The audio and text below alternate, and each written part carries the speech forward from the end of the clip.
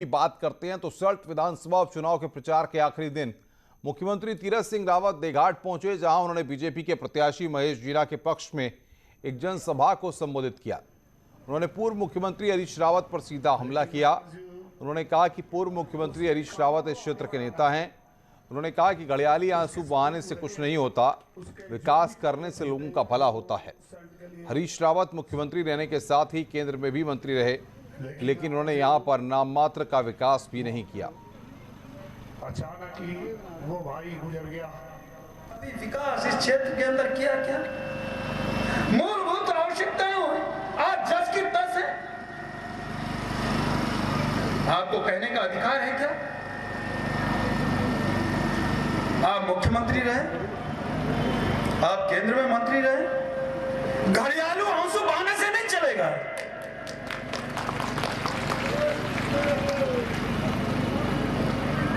मित्रों, घड़ियाली आंसू बहाने से नहीं चलेगा। उपचुनाव के प्रचार के आखिरी दिन पूर्व मुख्यमंत्री हरीश रावत भी पहुंचे और सल्ट विधानसभा में कांग्रेस प्रत्याशी गंगा पंचौली के पक्ष में 3 जनसभाएं की। उन्होंने यहां पर हरीश रावत को ताकत देने के लिए गंगा पंचौली को वोट देने की अपील की।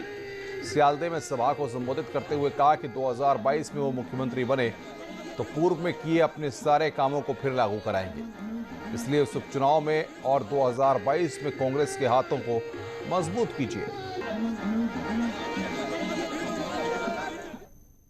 उत्तरकाशी से खबर है, केंद्रीय गृह राज्य मंत्री किरण रिजिजू यहां पर पहुंचे। भारतीय चीन सीमा पर स्थित नेलांग घाटी पर पहुंचे और यहां पर केंद्रीय मंत्री और आईटीबीपी के डीजी ने अंतर्राष्ट्रीय सीमा पर तैनात जवानों से मुलाकात की। आज केंद्रीय मंत्री रिजिजू और डीजी टिहरी जाएंगे। आज सीएम तीरथ भी टिहरी में रहेंगे। इस दौरान कोटी में साहसिक एकेडमी का उद्घाटन करेंगे। आगे बढ़ते हैं। बीजेपी 2022 की तैयारियों में जुट गई है और इसके लिए मंत्रियों विधायकों की तरह अब बीजेपी संगठन के प्रदेश पदाधिकारियों को भी फील्ड में भेजने की तैयारी हो रही है। सल्ट उपचुनाव होने के बाद पार्टी संगठन इसका रोड मैप जारी करेगा।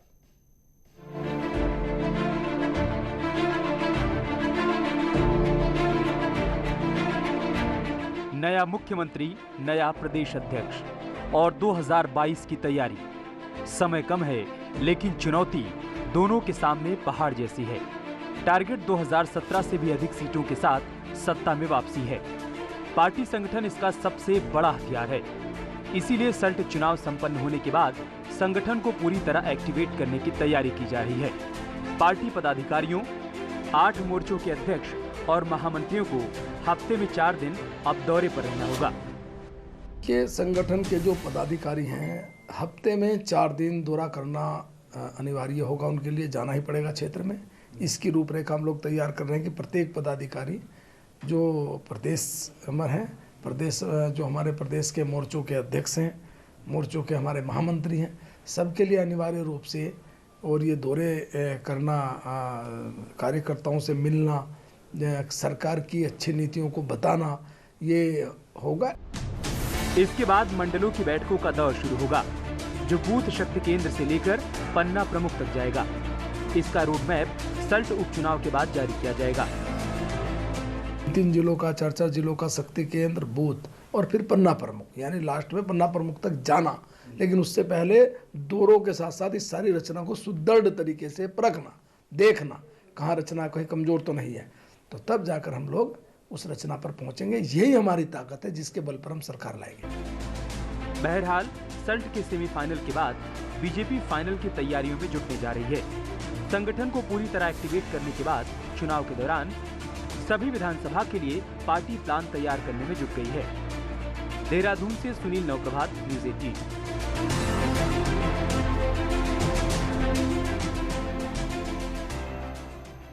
रुड़की में भगवानपुर इलाके में लकेश्वरी में नकली दवा की फैक्ट्री का पर्दाफाश हुआ है।